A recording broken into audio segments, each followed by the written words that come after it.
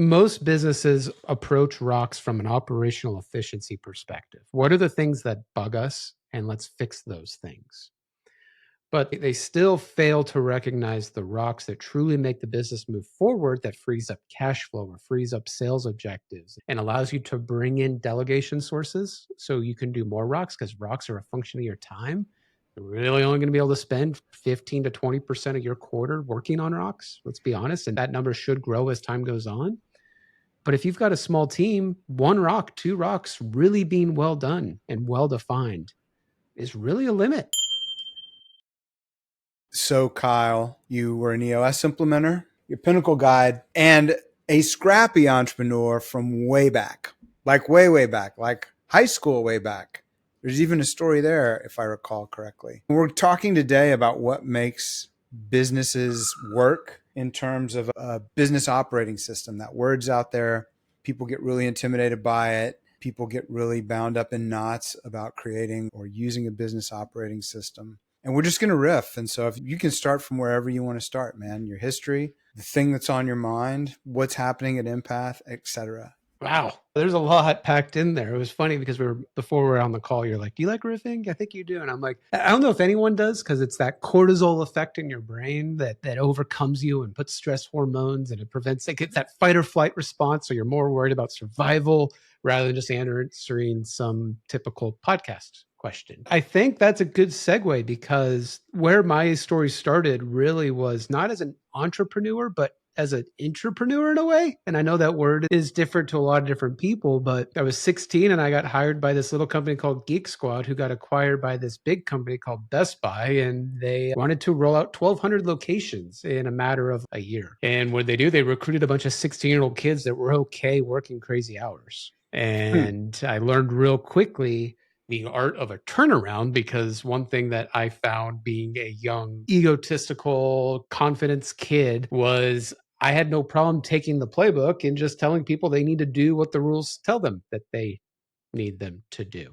And that's similar to a business operating system, right? It's, hey, here's a framework and here's how you need to operate that framework. And don't pass go, don't collect $200 if you haven't done anything in that framework. And what I recognized was the other peers that I had that were doing this, they were failing because before they implemented that framework, they tried to modify it right away, or they tried to be too fluid in the way they implemented it, because sometimes it required getting rid of some people. Sometimes it required having to convince people they need to change their ways, because Best Buy had this, they called it like Best Buy techs or technical people before Geek Squad was purchased. And you had to go in there with the goofy shirt and tie and short sleeves and tell them, yeah, that don't exist anymore. I don't care what your process was, it's going away. So they had me become a turnaround guy. So I had to go redo a lot of the implementations, which is funny. Later in the story, with when we get to business operating systems, I've had to redo a lot of business operating systems, actually, because you only know what you know. And Scott, you and I have talked about this before. You don't know what you don't know, and you know what you know. So if you try to modify something before you truly have an understanding of the problem that you want to solve or the direction that you want to go, how can I really make the best modification possible? And as I started to go into the entrepreneurial spirit and start some IT companies, and I was a hired CEO again at one point, I always realized that you needed to start with a foundation. You have to start with a base. And I need to build upon that base. And around 2016, 2017, I read the book Traction, just like everybody else. And I said, hey, I want to figure out more about this EOS thing. And unlike a lot of implementers, I just started off implementing, not even knowing it was a coaching thing, man. I did the implementation for free for a few of my peers in my peer group back in my IT days. And what I found was I had a really good understanding of the operating system and the business model, because I was also doing what they did. When I went to do modifications, I could do it with an aspect of where the direction was, or where the goalpost was actually going to be. And that was my journey into really developing kind of some of my own frameworks and my own methodologies, not as I want change for the sake of change, because I just want to put a new coat of paint on it. By the way, most of these business operating systems are just coats of paints on old ideas, right? A lot of them are Jim Collins. A lot of them are Michael Gerber. A lot of them are Jack Stacks and all these other business theorists that have been out there for years. Hell, right? How many people still do How to Win Friends and Influence People, right? The Dale Carnegie book.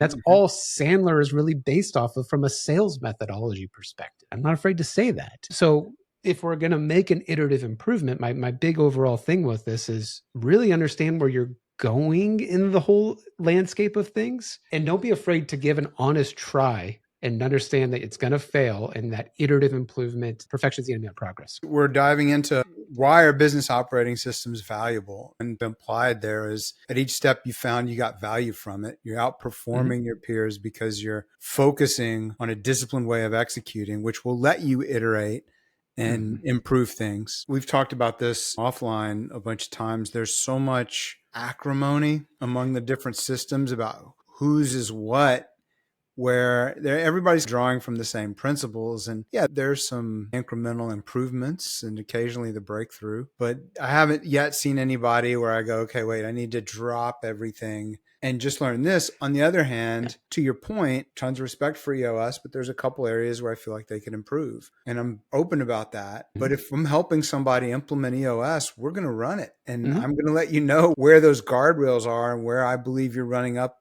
against the way it's designed to be done, because there are reasons behind a lot of those things. And until you know it, and until you've really given it a go, it's hard to say, oh yeah, we just don't want that part. Or it's not attractive. Now, there's a yin and yang to everything. And I think there are worlds in which doing things in a very frameworked approach could always be the wrong prescription. The founder of Pinnacle, Greg Cleary, a great friend of mine, he always used to say you have to meet the client where they are. But he would also talk about, when you do these business frameworks, sometimes you do have to do things out of order. And the problem with some of these business operating systems is, and he would use this analogy, which would be, you go to the Mayo Clinic and your shoulder hurts. And you're like, doc, dude, my shoulder's killing me.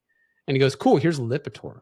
And you go, dude, that's for heart medicine. That's for blood pressure. And they go, yeah, but we start everybody on that. That's malpractice in the medical world.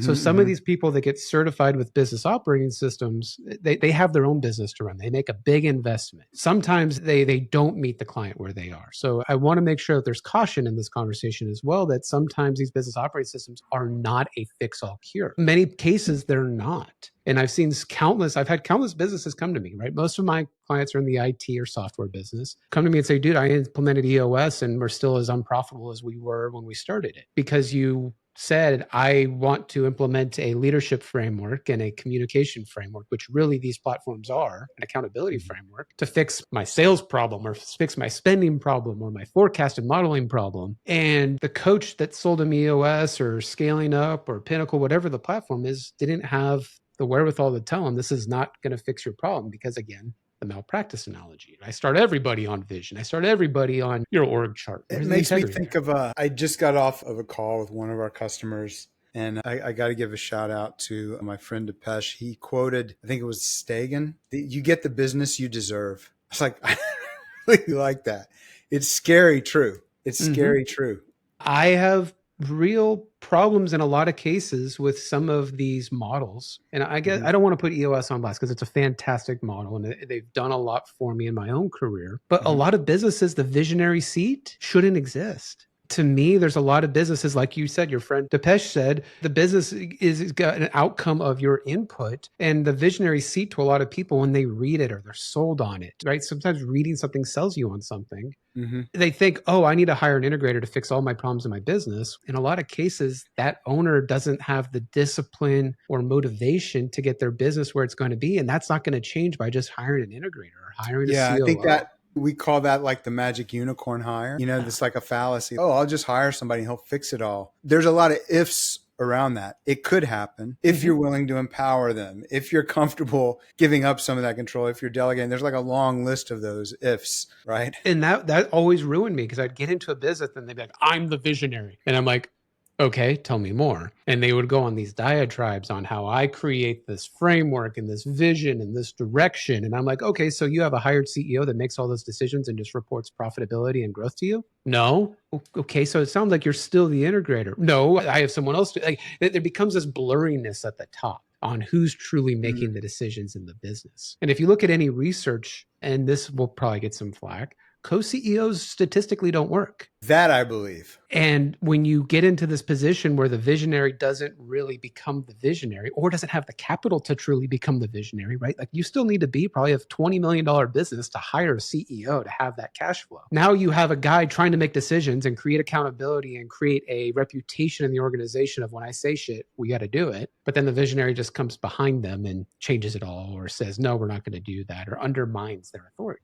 So you're thinking of the integrator as the CEO versus a CEO, because I'll usually think of it as a COO or president type of role. I don't think it matters, right? If you go back 20, 30 years and you look at what a CEO was in a business that actually could have a CEO. The CEO, they reported to the board. What did the board do? The board created direction in the vision of the company, right? We need to grow 5% year over year. We need to make sure we look at these markets, right? They created the permission to either have a deficit for growth or let's tighten the reins to make profitability. So that was a CEO like in the 80s and early 90s before the dot-com thing happened. This whole, I'm going to have a CEO that's this marketing guy that everyone knows and has a personal brand. That really is a post-dot-com era concept, right? This is the Bill Gates and the Steve Jobs. They really created this persona. So to me, I don't really care what the title is. It's who's responsible for the company's outcomes. Like to me, it's always a financial exercise. What's the revenue going to be? What's the profit going to be? And what's the growth need? What's the growth component of that? That's what a traditional operator's KPIs are. So that could be CEO, that could be COO, but to me, there's just an ego thing there. Yeah, I can see that. And by the way, here's a fun tip or fun thing.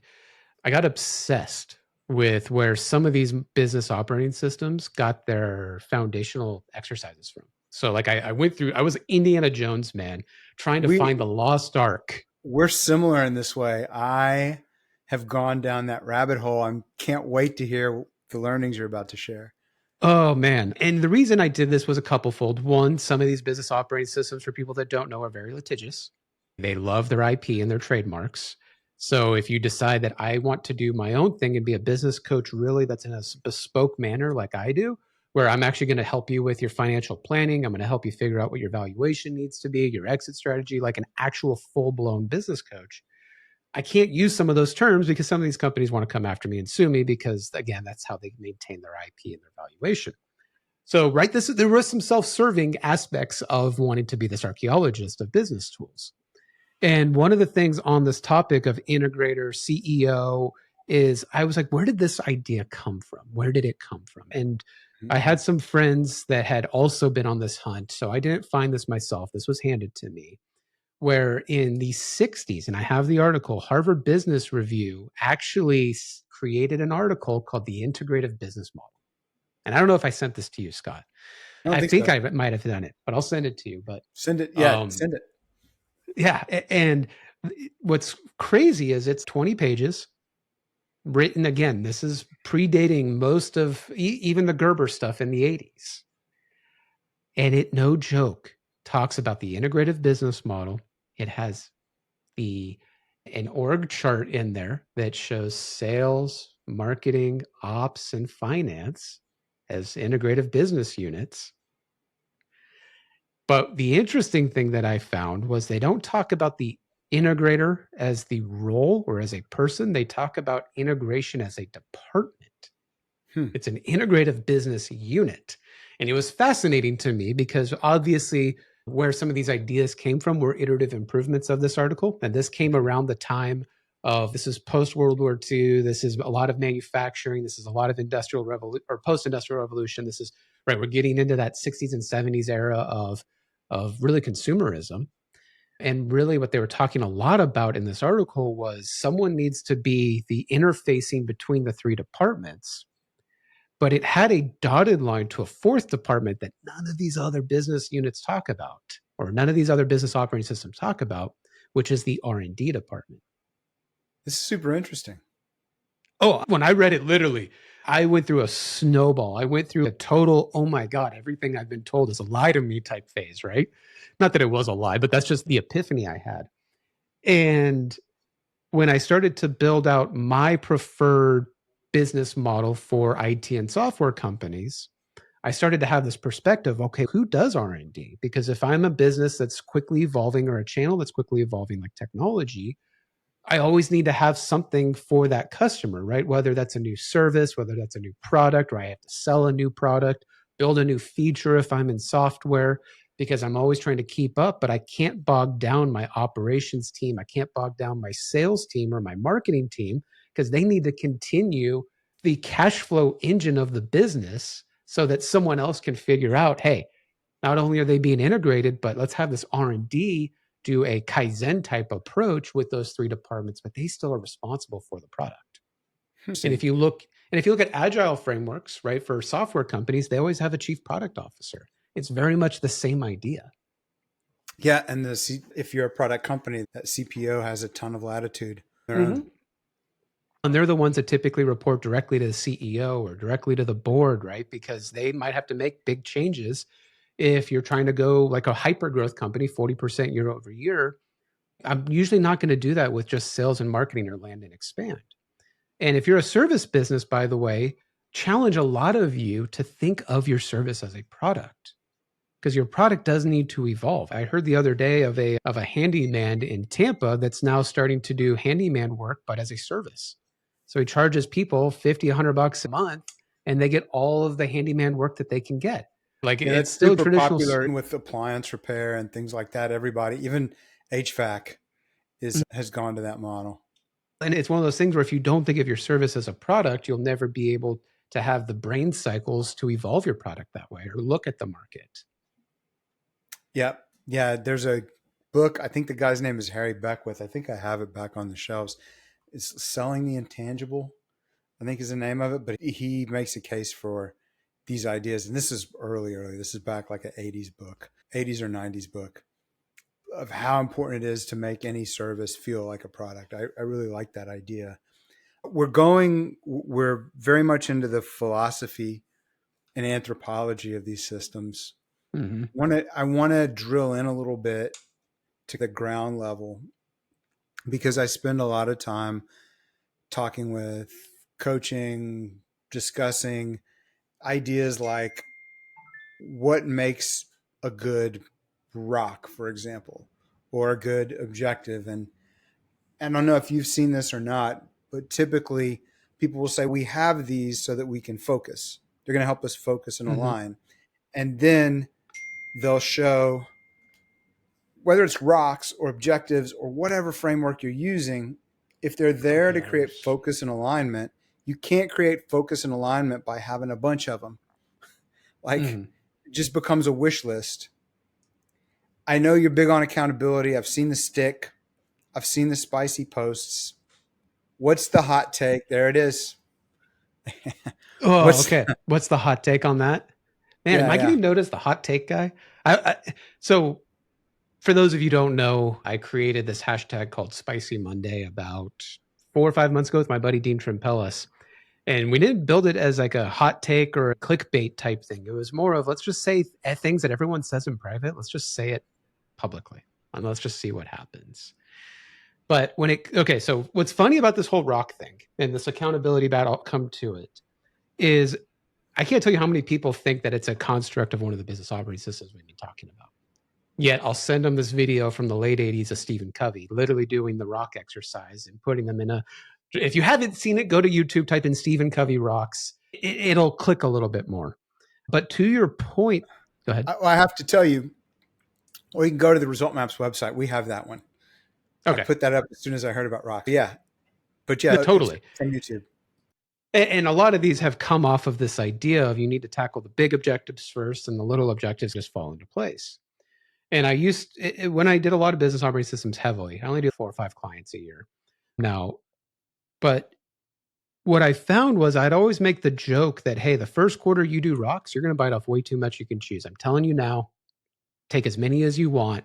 We are going to meet in the second quarter and you are probably going to get 50% of them done. And they every single time, no, Kyle, we're dedicated to this. We're going to get it done. You don't need to worry about any of this. We are different. So I'd show up the second quarter. I was checking on your rocks. By the way, I've already know that they've all failed. And you can just see the look on their face of, yeah, you were right. we got half of them done. And why I say this, Scott, and I agree with you, is most businesses approach rocks from an operational efficiency perspective. What are the things that bug us? And let's fix those things. But they still fail to recognize the rocks that truly make the business move forward, that frees up cash flow or frees up sales objectives and allows you to bring in delegation sources so you can do more rocks, because rocks are a function of your time. You're really only going to be able to spend 15 to 20% of your quarter working on rocks. Let's be honest. And that number should grow as time goes on. But if you've got a small team, 1 rock, 2 rocks really being well done and well defined is really a limit. That's And when I completely agree with that, by the way. Like, I can't tell you how many times I tell people that, and they're like, really? Yep, 1 or 2. And here I've started to wonder why. I've done the same thing, Paul, you have. I've asked the question, why is this the case? Those businesses have leaders who don't know how to manage their time. And what I've recognized in building my education company, Empath, is no one practices time blocking anymore. Everyone has lost the discipline of reoccurring meetings. I have a hatred for tools like Calendly or Microsoft Bookings now, because it gives someone the freedom to tell me that they're more important on my schedule tomorrow than whatever I had there or lacked thereof. Not if So you put now, not if you put a placeholder and block it. not if you put a placeholder, which is where I'm going. Exactly where I'm going with this is, so we have to now be in this world of, we have to evolve our time management process to go, Mhm. hey, I need a block once every Thursday at 2:00. That's an hour that all I do is work on my rock. And businesses that are just starting these frameworks, they're chaotic in a lot of cases. I don't have time. I don't have time. Like, I've done my last 3 LinkedIn posts, I've been handling, here's ways to fix I don't have time excuses. But you have to learn that. It's going to take time. You might have a bunch of client calls Thursday at 1 that you have to combat or get through before I can have that recurring block every single Thursday at 1:00. It's going to take time. Your employees are going to have to get used to you telling them, no, I will not have that meeting with you tomorrow. And those cultural things and those behavioral things are some of those components that cause rocks to just not happen, or not being there, or not existent. And that's defeating, right? Because a lot of people want everything yesterday. But the idea is, if you can do, right, and this is going back to the Stephen Covey video, is that the idea is you need to chip away, just do 1 a quarter.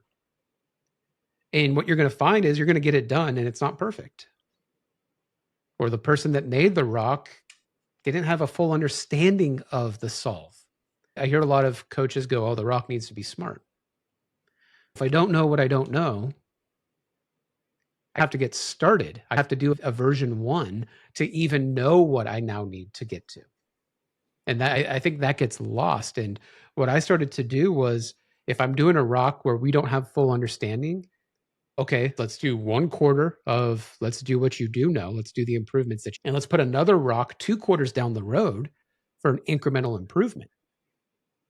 So every rock is really 2 rocks. Say, for example, right, I want to reduce my turn time on any client request in a service business.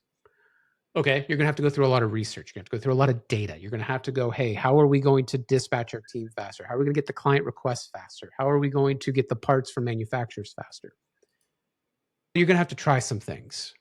But what you don't want to get in the habit of is knee jerking and saying, oh, it failed, so throw it away. Right? You want to let it sit for a quarter or for a few months. I'm also not a huge fan of rocks always being stuck into quarters, by the way. That's a topic for another day. But I need to get to a place where I let it breathe. Let people try it. Let people get good insight on it. And then have that second phase of refinement a couple quarters down the road. But you need to make sure you don't forget about it. And that's also what ends up happening, Scott, is when you have this, when I found out when I started doing this, is yeah, rocks were getting better because people would look back on it and go, oh, it actually had impact on our business. Let's see if we can double down on it. But 2, when that 2 quarters came up and it was ready to do that refinement, that's taking place of one of our 5 possible rocks. Now I can only do 4. Yeah, I like that. So you negotiating for what those tops are. I feel like I've worked with companies that are 20 million, 30 million, getting to 50 million, that struggle when they've got 5 goals. Much larger companies, like Bob Iger from Disney said, 3 is the max. Yeah. three's max for our strategic goals. Now, it doesn't mean there's not priorities, maybe Mhm. departmentally, to enable that. But Mhm. from a company-wide perspective, if the empire that is Disney can only get three things done, that was a big aha for me. It's in his book if anybody wants to go check it. But I Yeah, think like even his masterclass is really good. Like he as much as he gets flack, he is a pretty successful guy from a business perspective. he's a I mean, successful guy, and he came up through the ranks too. If you look at his history, he's somebody who was on the front lines of what he was doing for a very long time before he rose. well, and Disney Um, was going to go out of business in like the early 90s, right? There's a lot of stories where the parks weren't doing so well. But one thing you said in there that I want to comment on, and I know I talk a lot, so I apologize. that's why I got you here, man. Go for it. In order to figure out what your three strategic goals are, to build smaller rocks for departments underneath them, I truly need to understand what the rocks for the year are. And I see a lot of people not understanding yearly goals because I see a lot of businesses that don't have financial goals. When you go into your annual, you should have your budget ready. You should have your models and forecasts ready because the conversations we need to have are if we're going to grow 30% this year, let's talk about the problems that 30% growth is going to cause. Need more leads, need more people. We need to be more efficient because maybe there's also a margin component in there. If we're going to spend more on sales, the margin of our product needs to go up, product or service. Okay, so we need to be able to achieve more economy of scale. How do we do things with more revenue with less cost, right? There might be some cost reduction. And when you see it happen, where you literally in your annual are talking about your forecast and budget for the majority of the time, now honest, and I've seen this before, and I've done this actually many times now. You can literally build all of your rocks for the year in your annual because now they're all aligned with the goal of the year.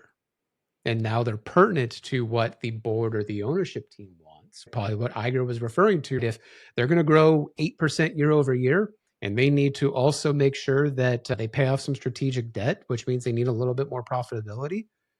I'm sure those were the two objectives: growth and increase profit. Now, all the teams have to go, how do we contribute to those two goals? It's a theory of constraints, right? Give them Mm-hmm. very little to work from so that they have to be creative in their solve, the kink in the chain exercise. Yeah, I think Iger's were digital. They were going to go digital. They were going to recommit, I'm not getting the wording right, to fantastic content. Mm-hmm. And I believe there was something about the parks maybe taking them international. I'd have to go look. But when Mm-hmm. you look at what they did, the acquisitions of the Star Wars franchise, Yeah. the Marvel franchise, looking at things they televised, Hamilton, which was on the Yep. Disney Channel, the Disney streaming service. Like Yeah. you can see the effects of these Totally. decisions all the way down the chain. And I guarantee you those directives came out of Netflix is kicking our ass and we can't sell VHS and DVDs anymore. And the parks have lower attendance because of COVID or something. Like I guarantee you when you have those directives, and that's truly where we get to the visionary conversation, right? This is why I'm not totally against the visionary idea is they went, cool, I am telling you what the solve is this year to hit what our board is telling us we need to achieve. I got the data from our market analysis. I researched the data from why we might be slipping in DVD sales or eyeballs, really, right? It's attention. But again, you can only do that with understanding where your business needs to go. So how do you think of issues which are are the issues in your mind, the issues that come out of looking at that budgeting and planning process, is that what helps generate your rocks? I go back and forth this one, and I don't know if I'm the best person at the whole issue portion of managing a business because everyone does them a little bit differently. But it's And there's not problem a, solving. Ultimately, like if we take away the terminology and yeah, the TMs for a minute, it's problem solving, which you clearly have a mind for. maybe it's incremental failure or decremental failure, I guess it would be a better way to phrase that. I love this question and it's making my wheels turn. So when it comes to problem solving, again, I love the guy to death, Greg Cleary. He said something to me, and I don't know if he came up with it, but he always said, Kyle, act your wage. It's Is that either what? an act your age problem, or is Act this your an age. act your wage problem? Act your age or which? Act What your was the second? wage. Act your wage. Got it. And I loved it because when I was, if either while I'm facilitating a meeting or I'm in a meeting and people are coming to you, what do? They bring you the problem. They don't bring you the solution. And I remember in running my own businesses, I loved asking the question of, okay, what research have you done? What have you tried? What have you theorized about? Who have you called? And I hate to say it, a lot of times when I see issues discussed in a business, no one's done any research. They have all this discussion on things that they know nothing of. No one's bringing data. No one's bringing options. Everyone hopes that someone else will come up with the answer to their problem. And I used to push back when I was in EOS, even in my own business where they do IDS, identify, discuss, and solve. I like to flip it around. Identify, solve, and then let's discuss it. Because what I didn't want was people to just bring problems and us to go around the room 1,000 times on what we think the solution is. I don't want to see this on the list of things that we discuss unless you've done your research and you've done some trial and error. You've done some MVPs to try to fix this problem. So adding a little bit of the Bezos to the conversation, like be prepared, Yes. have thought Yes. it through. Be prepared. I can't tell you how often in meetings, I've literally sat in hundreds of leadership meetings, maybe even thousands at this point. A lot of them are a waste of hot air. That's a true statement. But I don't know if it's always because people haven't like I am a No, there's fan of bring the ego problem and forward. there's, yeah. Yeah, I'd rather you bring the problem forward than wait until you have it all figured out, because in my experience and in my younger days, like that led to problems because the Mhm. problem goes untalked about because we haven't figured out the solution. At the same time, I've been in tons of meetings where one voice just dominates it. You're not collaborating at all. It's and you're not surfacing. Like I found there's folks on our team sometimes they're not necessarily the best problem solver across the full stack of a problem, if I can use that Yeah. terminology. Like they need help framing it or Mhm. carving it down. And then they're great if you can give them a paradigm. Yeah. So people have these different strengths, because when I was younger, I used to be, don't bring me a problem. There's no problems. Just go solve. Yeah. Let's go. Yeah. And that can lead to some issues. I'll put it Well, that way. everything comes with a little bit of gray area, right? Everything Yeah. has a little bit of meat in the middle. I hate talking in absolutes. And even though I do it, right? It's easy to talk in absolutes, but Only no, the you're right. Sith deal There's in absolutes, man. only the Sith deal in absolutes. No, man, I love you to death. I can't, man, the fact that you just pulled that out, good on you.